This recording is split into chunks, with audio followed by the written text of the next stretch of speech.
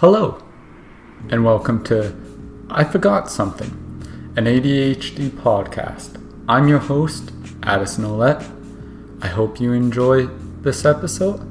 Let's waste no time and get into the conversation now. Okay. Well, hello. Welcome to the podcast of I Forgot Something. That's actually the name. I almost forgot the name itself. But I'm your host, Addison Olette, and I actually have a special guest. I'll let him do his own introduction. So go ahead. Hey everyone. Well, I'm pumped to be on. That is the coolest podcast name that I've come across since being on podcasts. That's really, really cool. So yeah, my name is Marc and I am a coach, a speaker, and a co-author for men with ADHD.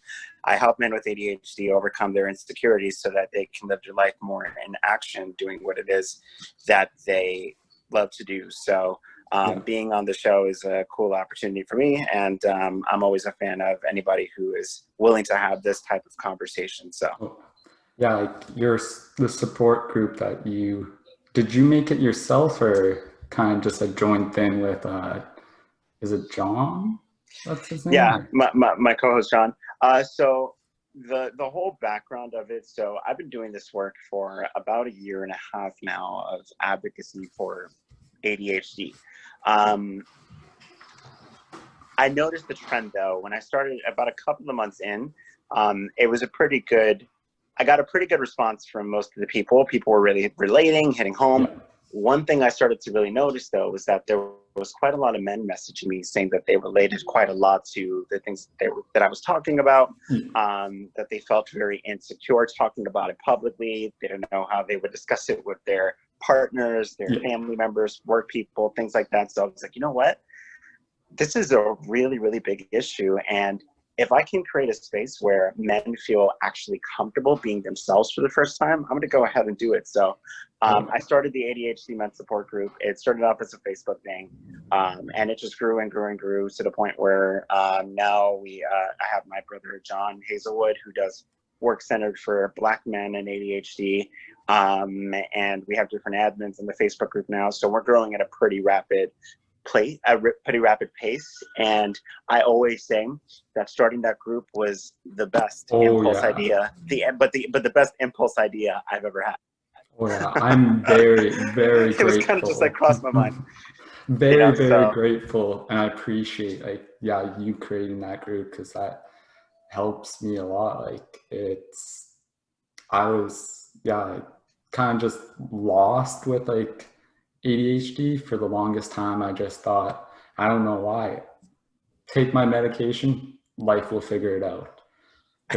So like having that experience of joining that group and seeing stories or hearing stories and seeing posts about stuff that I could relate, but again, there's stuff I can't relate because I haven't lived that long. But I guess it's just kind of my first question, I guess, which you kind of explained, was just what is your story with ADHD, and just kind of when you were diagnosed and how that process went for you, and just all that stuff, and when you decided to be this is what I want to do. Yeah. So my background goes, it's funny, I always say that my dad did an awesome job capturing my ADHD, and I don't even think he realized it. If you look back at most of my photos of me in my childhood, you'll see me kind of in my own world, as people would always say. And so yeah, I mean, a lot of my early background, I can go back to being in kindergarten, always having teachers that would report that actually, contrary to popular belief, especially for men with ADHD, I didn't really have much behavioral issues. I was pretty much the kid that was always there, but never really there. I relate to that quite a lot. Yeah, pretty much living spaced out, and definitely organizational struggles. I mean, I had the messiest desk in the room, handwriting not the best of the best, and definitely a lot of confidence issues as I got older. And long story short, I didn't really have a name for my thing up until I was 16, and that can have some consequences, especially. And we get men in the group that are like 50, 60, so I realized that 16 is still a very young age. But pretty much living most of my life unaware of who I was, what my strengths were, how to navigate my brain, had me at a place where I was actually severely depressed at 16. High amounts of anxiety, very insecure, and pretty much an ADHD brain that was all over the place, but I didn't know what it was. So at 16, my whole story is that my mother had received a phone call from my guidance counselor at the time, basically informing her that due to my poor performance in school, that I would not be making it to the next grade. And, like no parent ever wants to hear that. And that day was pretty much the first time I ever discussed with my own mother that I had some issues going on and that things weren't super easy. And she never really kind of looked at it from that perspective. And we took action right away. Got me with a psychiatrist, and voila, I was diagnosed with a mostly inattentive, but a little bit of hyperactive elements to ADHD. So like executive functioning issues, focus issues. These are all things that stood out for me. And when I got that diagnosis, I was like, that is me 100%. Like I was like, my whole life just got described. So. Yeah, for me personally, like my kind of experience was a mess, kind of. Like I wasn't diagnosed until I was 20 or 21. My sister had attempted suicide 3 times, and by the 3rd time she spent time in a mental health center where she'd be properly diagnosed, and immediately it was like, she's ADHD and ADD. And like, as soon as she took that medication, kind of found that path, it just like opened a whole new world. And then actually, the only reason I was able to get diagnosed was my dad actually went up to the doctor and said, is there a possibility you can look at my son? Like, I feel like he might have ADHD. And then I did the test, did all this, and the doctor's like, yeah, you're high on the spectrum. Like the fact that you're in university is amazing. You should be very proud of yourself.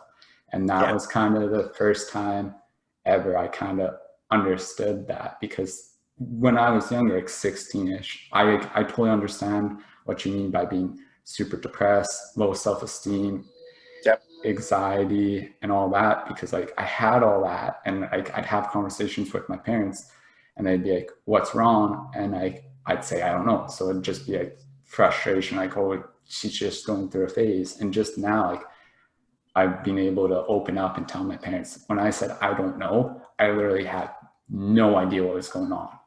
And me not being able to say it caused me to feel very like alone and not understand, like, but like, yes, I don't really show the hyper body much.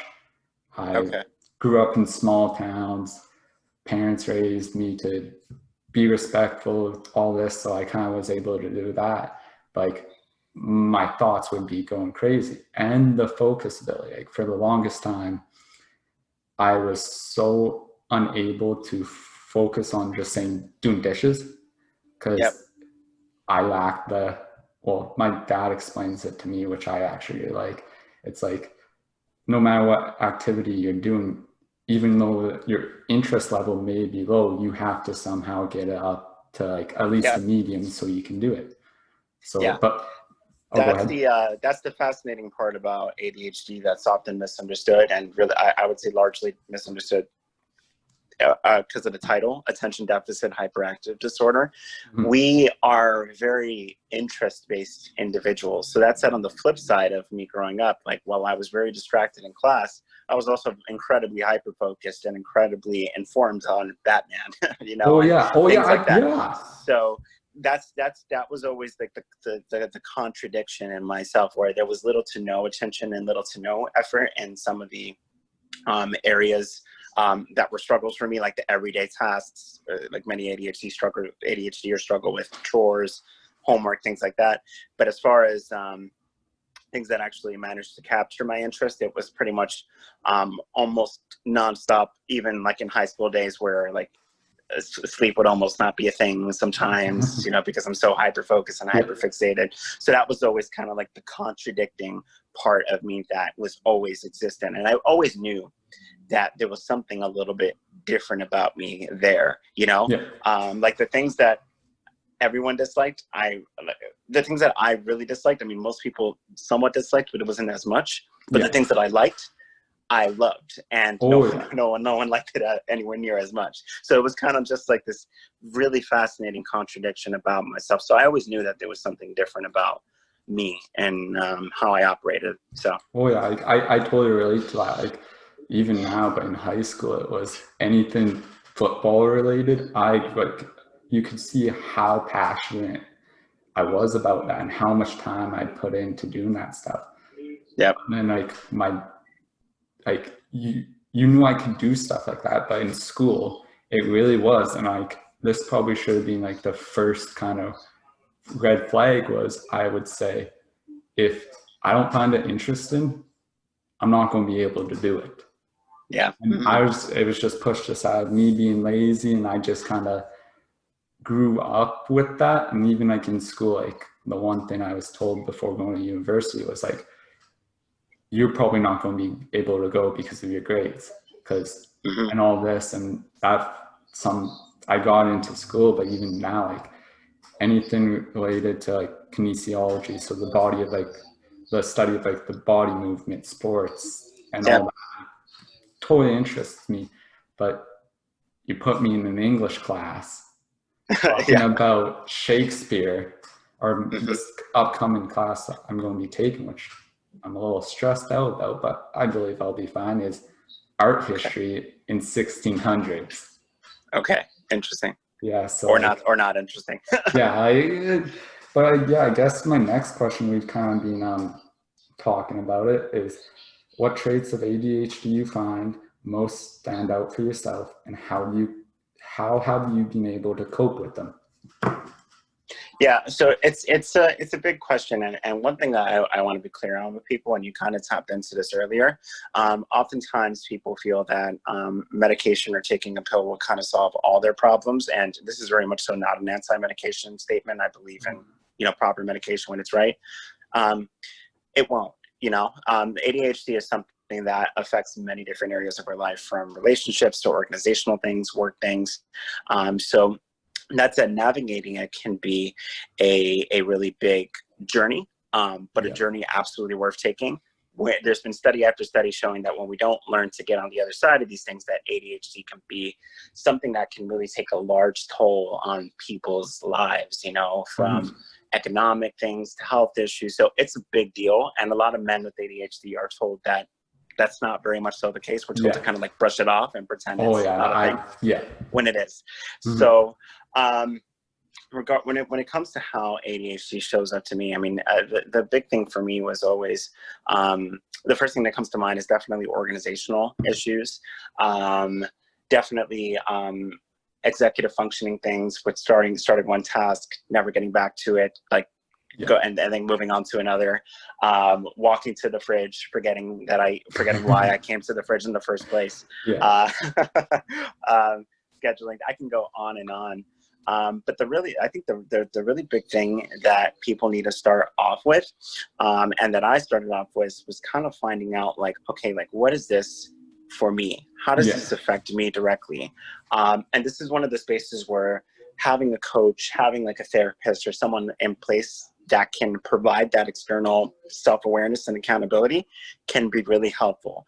But developing self-awareness as far as like, what are my strengths and what are my weaknesses, that is a huge step forward, because you know that there's a problem and you know what the problem is, and then you know what to do. Then you know, like, that needs some action. So that's the beautiful thing about self-awareness. So I would say that that's the large one for me. Hyper focus is without a doubt a huge trait for me. And it's something I would say that it's both my gift with ADHD and my curse sometimes. It's my gift because when I'm hyper focused and when that interest is there, we ADHDers, we get things done, right? We get things done, and we usually bring something new to the table, which is awesome. We're creative, we're all these things. Where it can kind of have some downfalls is when we have a tendency to burn ourselves out. And that burnout leading to little to no interest in involving ourselves in it in the future. So that's where hyperfocus can play a downfall.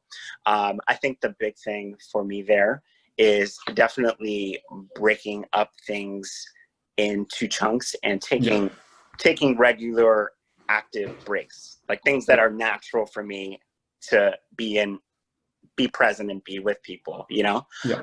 Like whether it's going for a walk with a friend, talking with somebody who's a loved one, but kind of having that actively in place with accountability has really helped me manage the downfalls of my hyperfocus and tap a little bit more into using it for my advantage as opposed to a disadvantage, you know?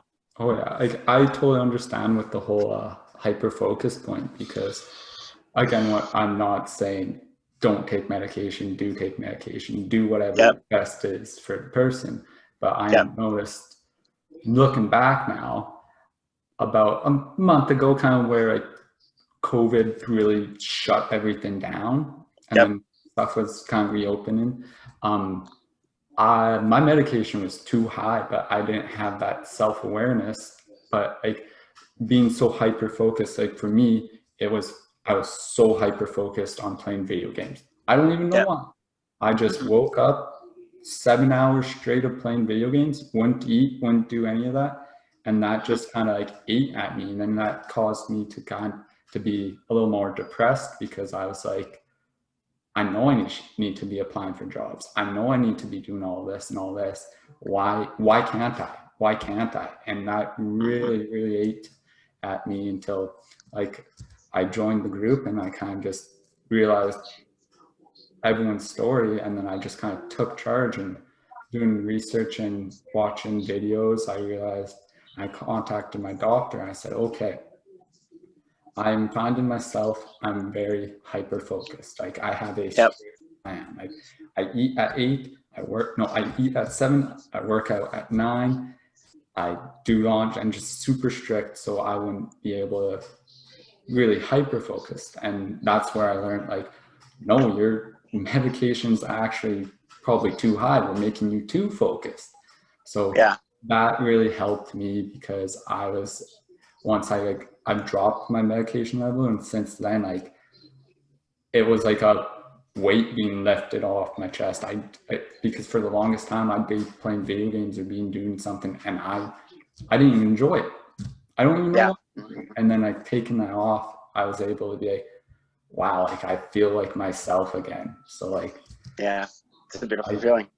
I totally understand that hyper focus, and like I would I guess my next question is like, what is one myth that people without ADHD need to know is a myth?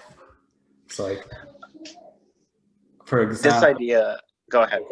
Like an example for me, well, the most common one I kind of always think about is an ADHD person is like that kid that you saw in 4th grade that just couldn't sit still. And that's it. That's ADHD. Those kids that would get in trouble and all that. So that's just my example. Yeah, well, I'm definitely living example of that not being the case. Being somebody who kind of doesn't look like he has ADHD, but it shows up in so many different ways.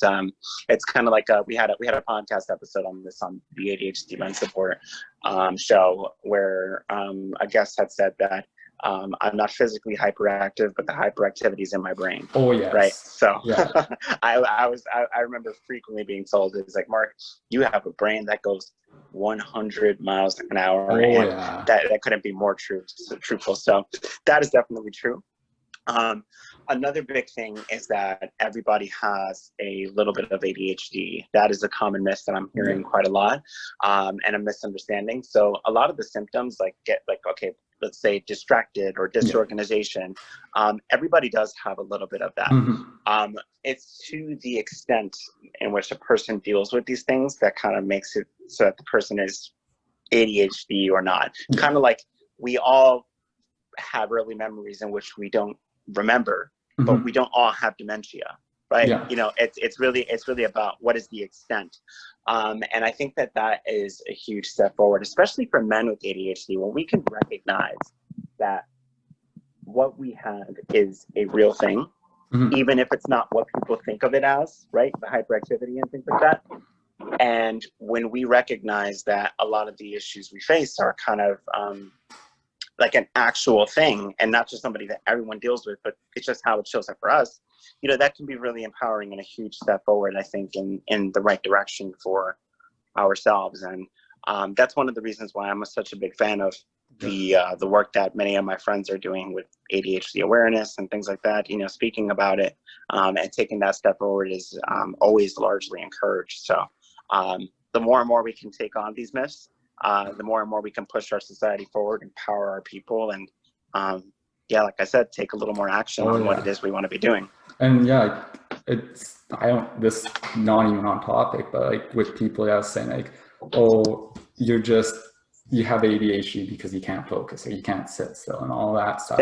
And it's funny because as a person with ADHD, like I spend a lot of time with my grandpa, and like I see everything I struggle with in him. And like, oh really? Yeah, you see it with my mom, then you see it with me, then you see it with my sister, and it just kind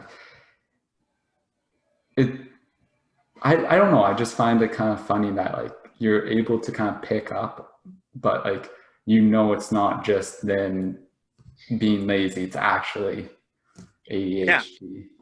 Yeah, it's something that because the thing is like when we say that, when we call it lazy, we're really being unfair and not true, you know, because when again, when it comes to things that do interest you, like we'll talk about video games for a second, the furthest thing from laziness, right? So it's simply learning to navigate the ADHD brain. That's really what needs to be done here. And what we think is laziness is really an unnavigated ADHD brain, and prioritizing figuring out how to make good use of the brain to properly manage it. That's when you don't just see laziness. That's the beautiful thing too. Like once you start actually treating your ADHD and actually taking it serious, you start to get on the other side of these things, and you really get to hone in on some of the more positive sides, like like creativity, the passion that we all have, the hyper focus that can be great sometimes, you know. These are all things that are really positive traits, and when we can embrace those, our lives can really, really change. So like for me, being kind of talking about like trying to get my brain to understand putting the laundry away is important. For me personally, it's routines, you know. At first it's like you gotta put away, you don't know why, but you just gotta put away, and then it's just slowly, it turns for me into less of a nag and just a automatic, no, okay, I need to do this, put it away, and there you go. Another thing that I kind of want to ask if you struggle with, because I know I do, I understand the concept of time, but understand a task may take, like the duration of time. Like for me, I've faced this with work. Lucky for me, I've worked with my father for most of my years. He'd ask me to go do something that wasn't scheduled, and I would be like, well, how long is it going to be? And he would be like, oh, it's just going to be like, you have enough time. I'm like, no, because I want to get this done. And now I've kind of understand, like, and something that's helped me is like, okay, I need to put the dishes away. Well, what if it takes 3 hours? It's not going to take 3 hours, but for some reason, in like my brain, I think it's going to take 3 hours. So like for me, I've started just like, okay, put a timer on. Wow, that only took 5 minutes, and just getting used to that. So Yeah. I'm wondering if you kind of have noticed yourself or others that also struggle with that. Yeah, it's definitely a common obstacle for a lot of ADHDers, you know. It shows up in many different ways. I would say that timers have definitely been a huge helpful tool for me, no question about it. And also, and this can be really dependent. Like, you got to make sure you're working with the right people and stuff. But if you find that this is a common case in some areas, external accountability and outsourcing is a great idea. If anybody can give you a reminder, you know, there's 5 minutes left, or something along these lines, you know, that can be a really great idea. You know, the whole thing is like, we have to take advantage of any external support that we can get in the areas that we struggle with. So Of course, timer being a great tool here. And definitely, you know, communication and partnership from anybody who is willing to help in this area. So I would say what you got going on is definitely a great thing. I'm a fan of it. Okay. And another kind of off topic question, but like, for me personally, I noticed I'll tend to overthink something to the point. Like, for me, it'll be like, I'll start overthinking about like, wait a second, how are my grades going to do in school? And then it's almost like that hyper focus kicks in, and it's just downhill from there. And for the longest time, I struggled with that a lot, and that really harmed my self-confidence.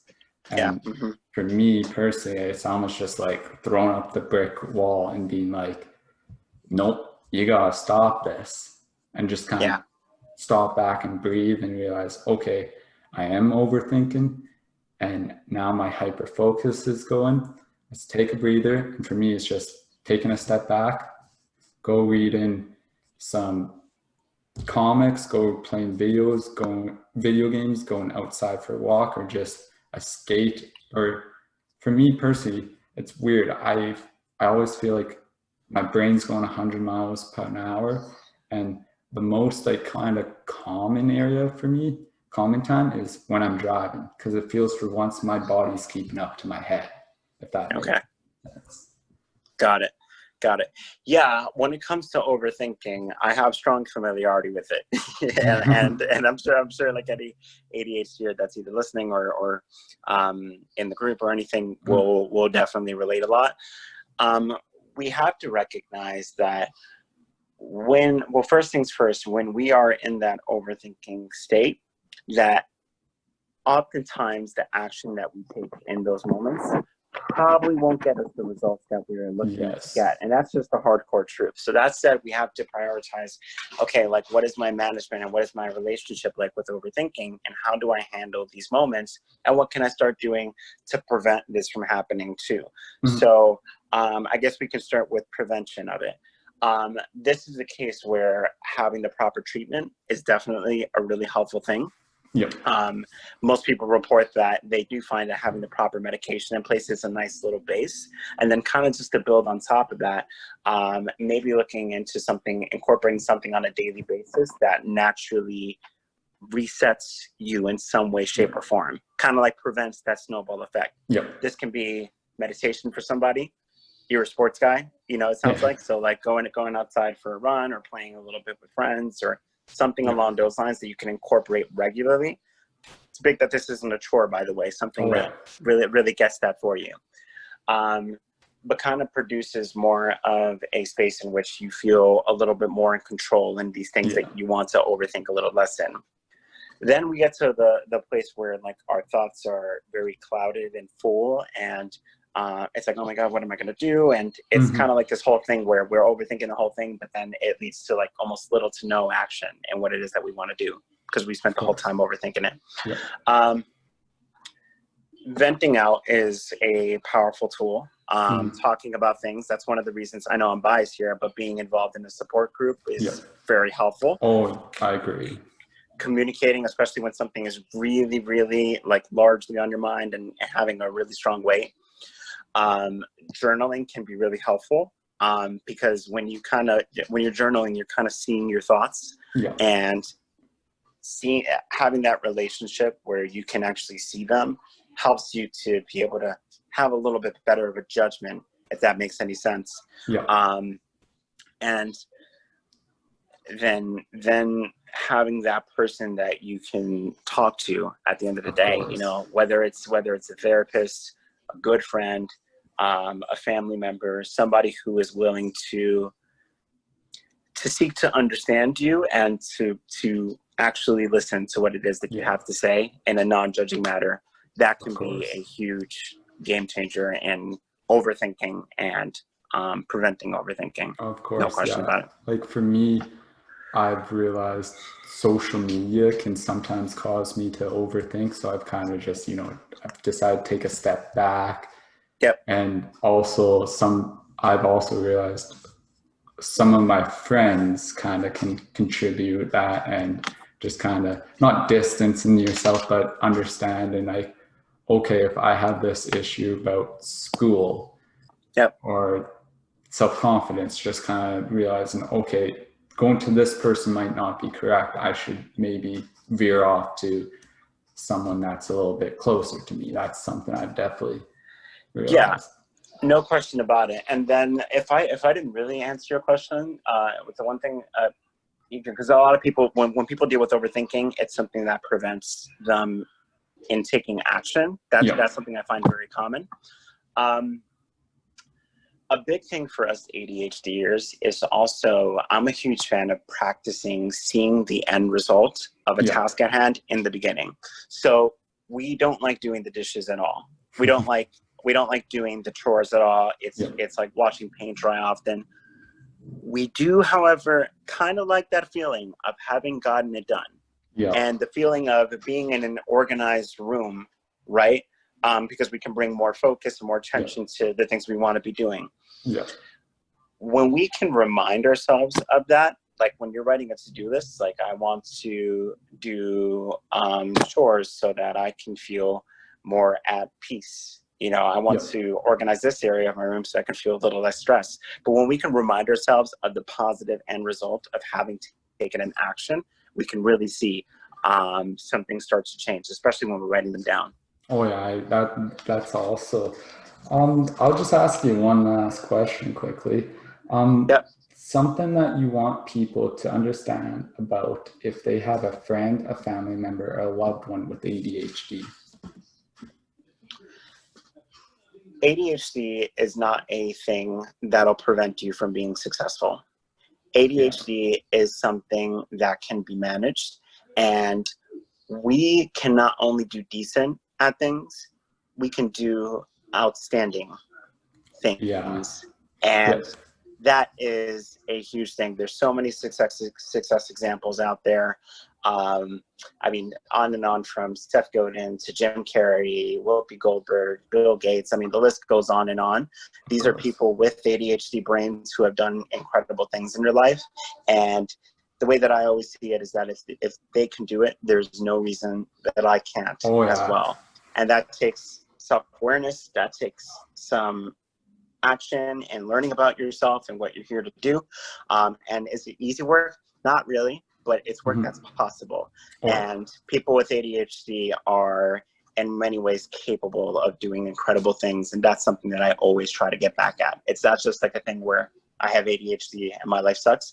It's no, I have ADHD and I could do amazing things despite it. I love that. And kind of going back to you saying like the overthinking of like the whole like what you talked about there. Like for me, it's like I see the end picture of me because I want to be a teacher.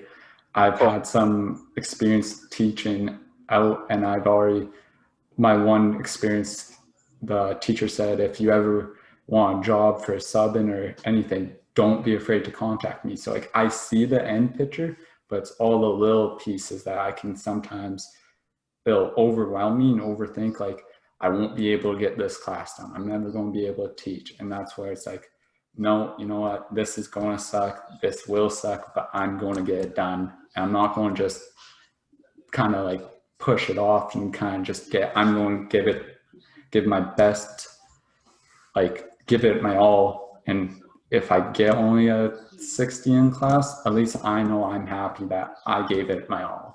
So that's kind of just where I really like, yeah, I like that kind of example. We can talk back to our negative self-talk. Yeah. And we don't have to listen to it, and we don't have to believe in it. Mm-hmm. I am a big fan of what it is that you just mentioned there. We can talk about all these different tools, all these different hacks for ADHD.